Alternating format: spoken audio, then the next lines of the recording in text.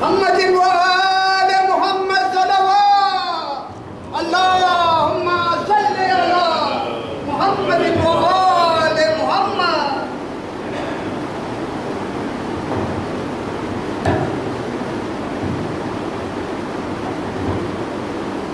لا حول ولا قوة إلا بالله العلي العظيم. أعوذ بالله السميع العليم من الشيطان اللعين الرجيم. بسم الله الرحمن الرحيم. الحمد لله رب العالمين. الحمد لله كما هو محمود. الحمد لله الذي لم يتخذ ولدا ولم يكن له شريك في الملك ولم يكن له ولي من الذل وكبره تكبيرا.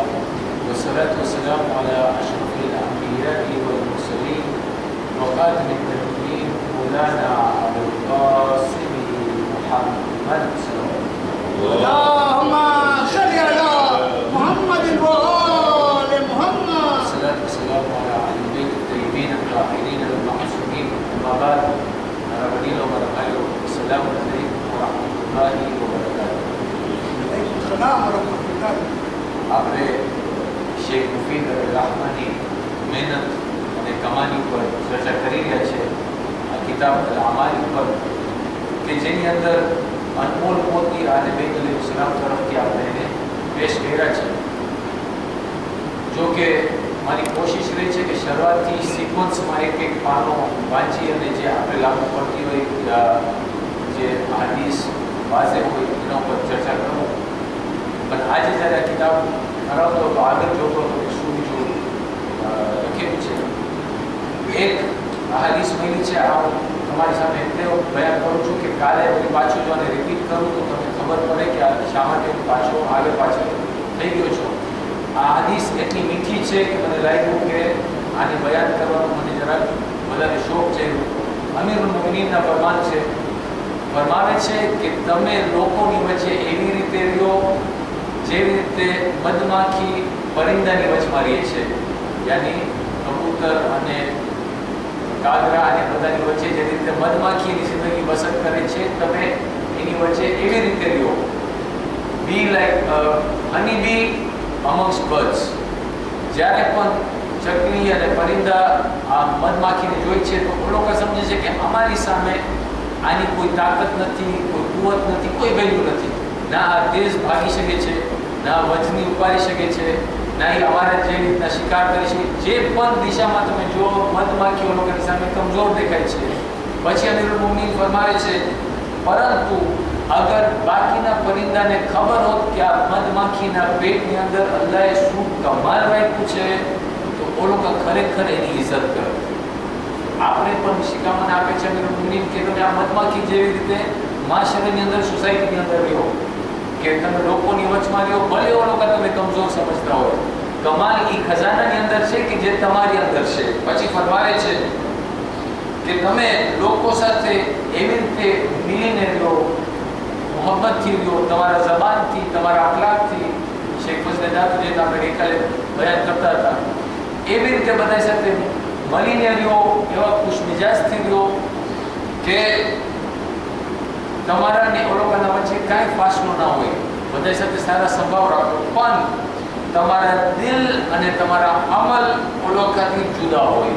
યાની કે તમે જાણો છો કે આ ચીજનો હક છે, તમે એ બચાવી લાવો. બીજા ઉપર થોભો નહીં કે તું પણ આ કર આવી નકરની. બધા સાથે ઓલોકાના હેસિયત પ્રમાણે તમે રહ્યો, બધા સાથે મિક્સ થઈને રહ્યો. કોઈ સાથે વિરોધી નહીં કરો, ઝઘડા નહીં કરો, કાંઈ નહીં. પણ તમે તમારા અમલ તમારા દિલની અંદર રાખીને રહ્યો અને તમારા હૃદય અને તમારી જે મોહબ્બત છે અલ્લાહ સુબ્હાનહુ વ તઆલા અને આલે બેત તરફ એ તમારા પાસે ગુપ્ત રાખો. આ એક ખજાનો છે જે તમારા પાસે છે. પછી ફરમાવે છે કે ખરેખર હર એક નફ્સ પોતાની કમાઈ છે અને યૌમે મહેશર કયામતના દિવસે બધા નફ્સ પોતાની કમાણી લઈને અલ્લાહ સુબ્હાનહુ વ તઆલાની સામે પેશ થશે. અને જે ચીજ ઓળખા જેની સાથે ઇશ્ક કરતા હતા દુનિયાની અંદર ઓળખા આ ચીજને પામશે. શિખામણ એ છે કે હું બધા સાથે મળીને રહું, કોઈ સાથે વિરોધી ના કરું, ઝઘડા ના ગોતું, બધા સાથે સમસલા સાથે રહું. પણ મને જાહેર કરવાની જરૂર નથી કે મારી અંદર કયો ખજાનો છે. આ જે ખજાનો મોહબ્બત આલે બેત છે, આ ખજાનો જે અમાનત તોર ઉપર છે, મારા પાસે કોઈ એવો અમલનો ખજાનો છે જે હું કરી રહ્યો છું. મને જાહેર કરવાની જરૂર નથી. ઘણા ફેર એવું થાય છે, મને લાગે છે હું બહુ મુત્તકી પરહેજગાર ઇન્સાન છું તો હું બધાને બતાવું કે હું કેટલો પરહેજગાર છું. આ જરૂર નથી. લોકોની વચ્ચે એવી રીતના ભલે આપણે કમજોર સમજો, તમે કમજોર સમજો છો તો ઠીક છે, પણ મને ખબર છે, મારા ખુદાને ખબર છે કે મારા પેટની અંદર શું ખજાનો છે. કે અમીરુલ મુમિનીન ફરમાવે છે કયામતના તમે આ ખજાના સાથે તમારા માશૂક સાથે મુલાકાત કરશો. માશૂક આપણો કોણ હોવો જોઈએ? અલ્લાહ સુબ્હાનહુ વ તઆલા આપણો માશૂક હોવો જોઈએ. આપણે ઇશ્ક કરે છે તો અલ્લાહ સુબ્હાનહુ વ તઆલા સાથે, અને એના કારણે આપણે આલે બેત અને ઇસ્લામ સાથે મોહબ્બત રાખીએ છીએ અને ઓળખાના બતાવેલા રસ્તા ઉપર ચાલી રહ્યા છે. બીજી રિવાયત, બે માણસો, એક અબુ અમ્ર બિન અલ આલા, બીજા માણસનું નામ નથી બયાન કરવામાં આવ્યું. આ બીજો શખ્સ અબુ અમ્ર બિન આલા પાસે ગયો અને એની હાજત પેશ કર્યો. હું એક ભાઈ પાસે ગયો અને એને માંગણી કર્યો કે મને કોઈ ચીજની જરૂરત છે. અબુ અમ્ર બિન આલા એને વાયદો કરે છે કે હું તારી આ હાજત પૂરી કરી આપીશ, તારી મદદ કરી આપીશ. આવી રીતે તો આ માણસ સાયલો જાય છે. થોડાક દિવસ પછી ઓલો અબુ અમ્ર બિન આલા એની પ્રોમિસ પૂરી નથી કરતો, વાયદો પૂરો નથી કરતો. થોડા દિવસ પછી આ બે ભાઈઓનો મુલાકાત થાય છે. ઓલો એને યાદ દેરાવે છે કે ભાઈ તું મને પ્રોમિસ કર્યો તો, પણ પ્રોમિસ પૂરો નથી કર્યો, તારો વાયદો નથી પૂરો કર્યો. તો અબુ અમ્ર બિન આલા એને બહુ મીઠો સવાલ પૂછે છે. એને કહે છે કે આનો પછતાવો મને થવો જોઈએ કે તને થવો જોઈએ? બોલો કે મને થવો જોઈએ. તકલીફ મને હતી, દુઃખ મને પહોંચતું હતું, તું મને પ્રોમિસ કર્યો, પ્રોમિસ ના પાડ્યો, તારો વાયદો પૂરો ના કર્યો, તકલીફ મને થઈ, તો મને પછતાવો થવો જોઈએ. તો અમ્ર બિન આલા કહે છે નહીં, પછતાવો તને ના થવો જોઈએ, મને થવો જોઈએ. બોલો કે કેમ તને થવો જોઈએ? તો અમ્ર બિન આલા કહે છે કે જ્યારે મેં તને વાયદો કર્યો તું તો ખુશી ખુશી વયો ગયો પાછો કે આ મારું કામ થઈ જવાનું છે, આરામથી સૂતો, આરામથી તારા દિવસો પસાર કર્યો. પણ જેવો હું વાયદો કર્યો મારા ઉપર એક ઝિમ્મો અને એક બોજ આવી ગયો અને હું એ વ્યાધિમાં મારી રાતની નીંદર હરામ થઈ ગઈ. અને આજે જ્યારે હું આ પ્રોમિસ ફૂલફિલ નથી કર્યો, વાયદો પૂરો નથી કર્યો, તો એ ઝિમ્મો હજી સુધી મારા ઉપર છે ને ત્યાં સુધી રહેશે જ્યાં સુધી હું આ વાયદો મારો પૂરો ના કરું. તારા કરતાં વધારે શરમ મને આવી જોઈએ. આ મારા માટે એક સબક છે કે જ્યારે કોઈ લોક મારા પાસે આવે છે કંઈક મદદ માંગવા માટે, આહલે બેત અને ઇસ્લામ નથી કહેતા કે તમે ફટ દઈને બધાની મદદ કરી નાખો, તમારી સહુલત ઉપર છે, મારાથી નથી થતું, બહેતર છે એ ભાઈને કહી દઉં ભાઈ અમારાથી આ કામ નહીં થાય, બની શકે ને ગાઈડ કરું, ફલાણા પાસે જા, ફલાણી જગ્યામાં જા, તારી મદદ થઈ જશે. પણ જો હું કોઈને વાયદો કરું છું તો મને એ ઝિમ્મો મારા ઉપર લેવો જોઈએ. એમ ના સમજવું જોઈએ કે આ સારું જો પાછું આવી ગયું. આ જવાનું બહુ આસાન હોય છે આપણા માટે. જો ઘડી ઘડી આવી જતો હોય છે, આવી જતો હોય છે જ્યારે મને લાયક સમજે છે કે હું એની મદદ કરી શકું. ફખર મારા માટે હોવું જોઈએ કે મને એ ઇન્સાન એટલો લાયક સમજો, અલ્લાહ મને એટલો લાયક સમજો કે આ ઇન્સાનને મારા પાસે મોકલાવ્યો. અને અગર મેં વાયદો કર્યો તો મારા ઉપર હવે વાજિબ થઈ ગયું છે એનો વાયદો પૂરો કરવો, અને એ મારા ઉપર એહસાન કેવો છે, હું એના ઉપર એહસાન નથી કરતો મદદ કરીને. તો આ જો આપણે મગજમાં રાખીએ તો ખરેખર જ્યારે પણ આપણા પાસે કોઈ મદદ માટે આવશે, સલાહ માટે આવશે, તો એ નજરે આપણે એની મદદ કરશું કે અલ્લાહ સુબ્હાનહુ વ તઆલા મને લાયક સમજ્યું છે કે આ માણસ મારા પાસે આવ્યો છે અને આ એક મારો અલ્લાહ સુબ્હાનહુ વ તઆલા તરફ ઝિમ્મો છે.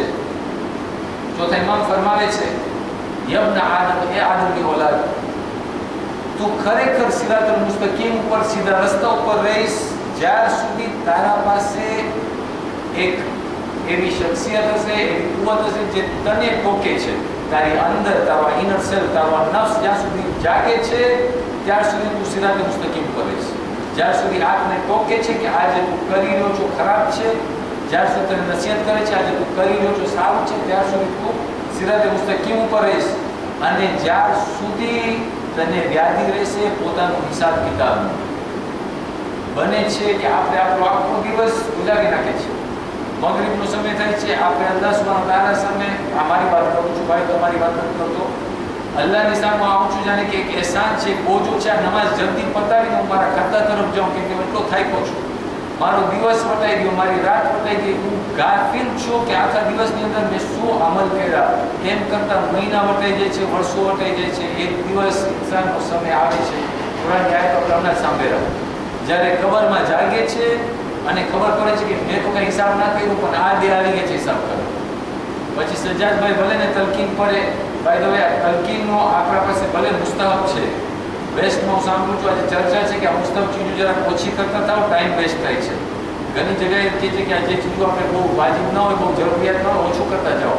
ભાઈઓ, તલકીન બારમાં રિવાયત બને છે કે જ્યારે તલકીન કરવાવાળો તલકીન કરીને ઊભો થાય છે અને તમે મયતથી મોઢું ફેરીને તમે નીકળો છો, તો મુનકર અને નકીર જ્યારે આવે છે તો એકબીજા સાથે વાત કરે છે અને કહે છે ભાઈ આને સવાલ કરવા જેવું છે નહીં. હવે તો બીજો એકને પૂછે છે કેમ સવાલ કરવા જેવું નથી? કે આખો એક્ઝામ પેપર તો લીક થઈ ગયો, બધાય જવાબ આને આપી દીધા છે, હવે પૂછવાથી શું ફાયદો? એના પાસે જવાબ મોઢે છે. પછી એ લોકો તમે જન્નતની દરી ખોલી આપે છે ને કે જે તમે એ બ્રાઇડ જેવી રીતે તમે નિંદર કરો જે પેલી સ્વાગતના નિંદર કરે છે.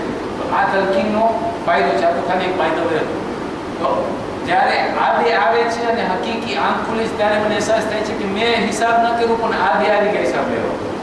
ઇમામ ફરમાવે છે કે જ્યાં સુધી તમારો નફ્સ, તમારો ઝમીર જાગે છે અને તમે ઓન કરે છે અને તમે એના ઉપર અમલ કરો છો, તમે સિરાતે મુસ્તકીમ પર છો, જ્યાર સુધી તમે ટાઈમ ગોતી અને પોતાનો હિસાબ લ્યો છો, જાયઝો લ્યો છો, જેના જે ગઈકાલે શેખ ફઝલે આપણે કીધા, જાગો, વિચાર કરો, હું ક્યાં એવા અમલ કરી રહ્યો છું જે અલ્લાહને પસંદ નથી, ક્યાં એવા અમલ કરી શકું છું, જે કરું છું એ તો એક બાજુ, ક્યાં એવા બીજા કામ છે જે કરી શકું છું જેનાથી અલ્લાહ સુબ્હાનહુ વ તઆલા મારી સાથે ખુશ થાય, જ્યાં સુધી તમે સિરાતે મુસ્તકીમ ઉપર રહેશો. પછી ફરમાવે છે અને જ્યાર સુધી તમે અલ્લાહ સુબ્હાનહુ વ તઆલાનો ખૌફ હશે અને તમે ઇસ્તિગફાર કરશો તમારી પાછળની ગુનાહોની, ભૂલોની, ત્યાં સુધી તમે આ રસ્તા ઉપર છો અને ખરેખર એક દિવસ તમે મોત આવવાની છે અને તમે અલ્લાહ સુબ્હાનહુ વ તઆલા સામે ઊભા રહેવાના છો. આ યકીનન આવવાનું છે અને તમે ઊભું રહેવાનું છે. પછી ફરમાવે છે ત્યાર માટે તમારા સવાલના જવાબો તૈયાર કરો. જ્યારે હું અલ્લાહ સુબ્હાનહુ વ તઆલા સામે ઊભો રહીશ અને મને કહેશે કે ભાઈ હું તને દુનિયામાં દુકાન આપ્યો, મકાન આપ્યો, આ આપ્યું, તે આપ્યું, આ બધી નિયમતોનો હિસાબ કરી શકે છે, મને આનો જવાબ આપવાનો છે. ભાઈ, જો હું આજે જાયઝો નહીં લઉં કે મને શું આપ્યો છે અને મને એના સાથે શું કરવાનું છે, તો કાલે જ્યારે એની સામે ઊભો હોઈશ તો એના જવાબ હું કેવી રીતે આપીશ? આજે મને જ્યારે બેંક મેનેજરને મળવા જવાનું છે મારા એકાઉન્ટ બારમાં, તો પહેલાંથી કાગળ એ બધા તૈયાર કરીને જાઉં છું કે કાંઈ પણ પૂછશે એની પહેલાં હું એને કાગળ રાખી આપીશ. જ્યારે અલ્લાહ સુબ્હાનહુ વ તઆલા સામે આખી જિંદગીનો હિસાબ લેવાનો છે ત્યારે હું હિસાબ કેવી રીતે દઈશ? તો જો હું મારી આદત નહીં કરું કે હરરોજ અઠવાડિયામાં એક ફેરે બેસી અને પોતા પર વિચાર કરું, તો પછી એ દિવસ મારા માટે બહુ કઠિન થશે. એક બીજી રિવાયત મળે છે કે અમીરુલ મુમિનીનને એક છોકરો જોયો, એના બાપને પૂછતા કે શા માટે તારો રિશ્તો, હું જોયો તારો રિશ્તો બહુ સારો છે અબ્દુલ રહમાન બિન યાકૂબ સાથે. અબ્દુલ રહમાન બિન યાકૂબ અમીરુલ મુમિનીનના સમયમાં એક માણસ હતો, એનો કોઈ રિશ્તેદાર હતો, એને પૂછ્યા અમીરુલ મુમિનીન કે તારો રિશ્તો આ માણસ સાથે કેમ બહુ સારો છે? કે મારો અંકલ છે, અંકલ સાથે રિશ્તો રાખવો દીનની અંદર અમુક લિમિટ સુધી વાજિબ જેવું છે, જરૂરિયાત છે કે મેં બધા રિશ્તા મારા પૂરા કરું. તો કે એ માણસ સાથે રિશ્તા નહીં રાખ, અગર તને એની સાથે રિશ્તો રાખવો હોય તો અમારી સાથે રિશ્તો તોડી નાખ. અમીરુલ મુમિનીન એને કહે છે. પછી એવું કહે છે કેમ? તો કહે છે કે આ માણસ અલ્લાહ સુબ્હાનહુ વ તઆલાની વિરુદ્ધ બોલે છે અને અલ્લાહ સુબ્હાનહુ વ તઆલાનો નકશો બનાવે છે, એને ડિસ્ક્રાઇબ કરે છે, અલ્લાહ સુબ્હાનહુ વ તઆલાને એવા સિફાત આપે છે જે અલ્લાહના નથી. આજે આપણે જાણીએ છીએ કે અમુક મુસલમાન કોમની અંદર એવું છે કે અલ્લાહ સુબ્હાનહુ વ તઆલાનો નાઉઝુબિલ્લાહ પગ છે જે જહન્નમની આગમાં નાખશે, કરી જશે. અમુક કે છે અલ્લાહ સુબ્હાનહુ વ તઆલાનો ફેસ છે, મોઢું છે, અલ્લાહ સુબ્હાનહુ વ તઆલા ઝાહિરન દુનિયામાં નથી, અર્શ ઉપર બેઠા. આવા બધા જે વિચાર કરવાવાળા લોકો સાથે દૂરી અમીરુલ મુમિનીન કે છે આવા માણસ સાથે દૂર રહ્યો. ખાલી આવા નહીં પણ જે માણસો ગુનાહ કરે, શદીદ ગુનામાં છે, એની અલ્લાહથી દૂર છે, તો કે છે તું આનાથી દૂર રહે, રિશ્તો નહીં રાખ, યા તો એની સાથે રિશ્તો રાખ, અમારા સાથે રાખ. તો એ વળી પૂછે છે કે એવું ના થઈ શકે કે હું એની સાથે બેસું પણ મારો દિલ તમારી સાથે હોય? તો કે એમાં એક પ્રોબ્લેમ છે કે શું? અમીરુલ મુમિનીન ફરમાવે છે જ્યારે નબી મૂસા બની ઇસરાઈલને લઈને ફિરૌનના જાલમાંથી નીકળ્યા અને દરિયા તરફ જઈ રહ્યા હતા, તો એના ગ્રુપની અંદર એક જવાન છોકરો હતો, એનો બાપ ફિરૌની હતો, છોકરો મૂસાનો હતો. છોકરો ફરીને એના બાપને જોઈ છે તો પાછો જાય છે અને બાપને નસીહત કરતા કરતા દરિયા કિનારા સુધી આવે છે. ત્યાં સુધી મૂસાની ગ્રુપ આખી વહી ગઈ હોય છે, ફિરૌનની ગ્રુપ આવી રહી હોય છે. આ બે ગ્રુપની વચમાં આ બાપ દીકરાની વાત થતા થતા દરિયામાં આવી જાય છે. દરિયાની અંદર જ્યારે આઝાદ આવે છે અલ્લાહ સુબ્હાનહુ વ તઆલાનો, તો બાપ અને દીકરા બંને એ આઝાદની અંદર મુબતલા થઈ જાય છે. તો પછી નબી મૂસા પૂછે છે જિબ્રાઈલને કે આ મારા સાથીનું હશર શું? જિબ્રાઈલ ફરમાવે છે કે અલ્લાહ એના ઉપર રહમત કરે, પણ એ માણસ ડૂબી ગયો, કેમ કે એ માણસ હાલાકી એના બાપના ઈમાન ઉપર ના હતો છતાં પણ ડૂબી ગયો, કેમ કે જ્યારે અલ્લાહ સુબ્હાનહુ તઆલાની કહાર અને અઝાબ નાઝિલ થાય છે ત્યારે એ બધાને લેતું જાય છે, જોતું નથી કે એની બાજુમાં કોણ હતું. એટલે અમીરુલ મુમિનીન આપણે શિખામણ આપે છે કે જે માણસ શદીદ ગુનાહ કરે છે, જે એવા ગુનાહ કરે છે જે માફ કોઈ દિવસ થવાના નથી, જેના ઉપર આઝાબનો સંભવ છે, એવા ઇન્સાનો સાથે દૂર રહ્યો. એવું ના થાય કે એના ઉપર આઝાબ નાઝિલ થાય અને તમે ઉમાજ હો એ આઝાબ તમે પણ લેતો જાય, કેમ કે આઝાબનો કોઈ હિસાબ નથી હોતો. એક છેલ્લી રિવાયત રસૂલે ખુદા ફરમાવે છે કે શું થયું છે મારી ઉમ્મતને કે જ્યારે ઇબ્રાહીમ અને આલે ઇબ્રાહીમની વાત થાય છે તો ખુશ થાય છે, પણ જ્યારે મારી ઉમ્મત યાની મારી આલની વાત થાય છે તો લોકોના મોઢા મુરઝાઈ જાય છે, ઓ લોકોને ખરાબ લાગે છે કે મારી આલની વાત થાય છે. એ કહે છે જે એની કસમ યાની અલ્લાહ સુબ્હાનહુ તઆલા એની કસમ જે મને હક નબી બનાવીને તમારી વચ્ચે મોકલાયો, અગર એક ઇન્સાન 70 અંબિયા જેટલા અમાલ કરીને, 70 અંબિયા એટલે નબી નૂહ ને બધા આવી ગયા, 300 400 500 1000 વર્ષ રહેવાવાળા જે આખી જિંદગી એ લોકોની અલ્લાહની રાહમાં કુરબાન કર્યા, કે 70 અંબિયા બરાબર અમલ કરવા વાળો પણ કોઈ ઇન્સાન હોય ને આખી જિંદગી એટલા અમલ કર્યો કે 70 અંબિયાના બરાબર અમલ કર્યો, છતાં પણ એને જો આલે બેત અલૈહિસ્સલામની ઓથોરિટી ઓલોકાનો હુકમ નથી માનતો, નથી પસંદ, તો અલ્લાહ સુબ્હાનહુ તઆલા એનો કોઈ અમલ કબૂલ નહીં કરે, ચાહે વાજિબ હોય યા મુસ્તાહબ. ભાઈઓ, આ ઓથોરિટીને માનવું આપણા માટે પાછું બહુ આસાન છે. હું ઘડી કહું છું, મારા માટે પોતાને શિયા બોલાવવા આસાન છે. અમલના મેદાનમાં આવી અને પોતાનો જાયજો લાવો કે ખરેખર ઓલોકાના બતાવેલા રસ્તા ઉપર ચાલવાની જરૂર નથી. એવું થોભીને નથી કે જેમ ઇમામ કીધા એમ જ કરવાનું છે. કાલથી ઇમામ સૂકી રોટલી ખાતા હતા, મને સૂકી રોટલી નહીં.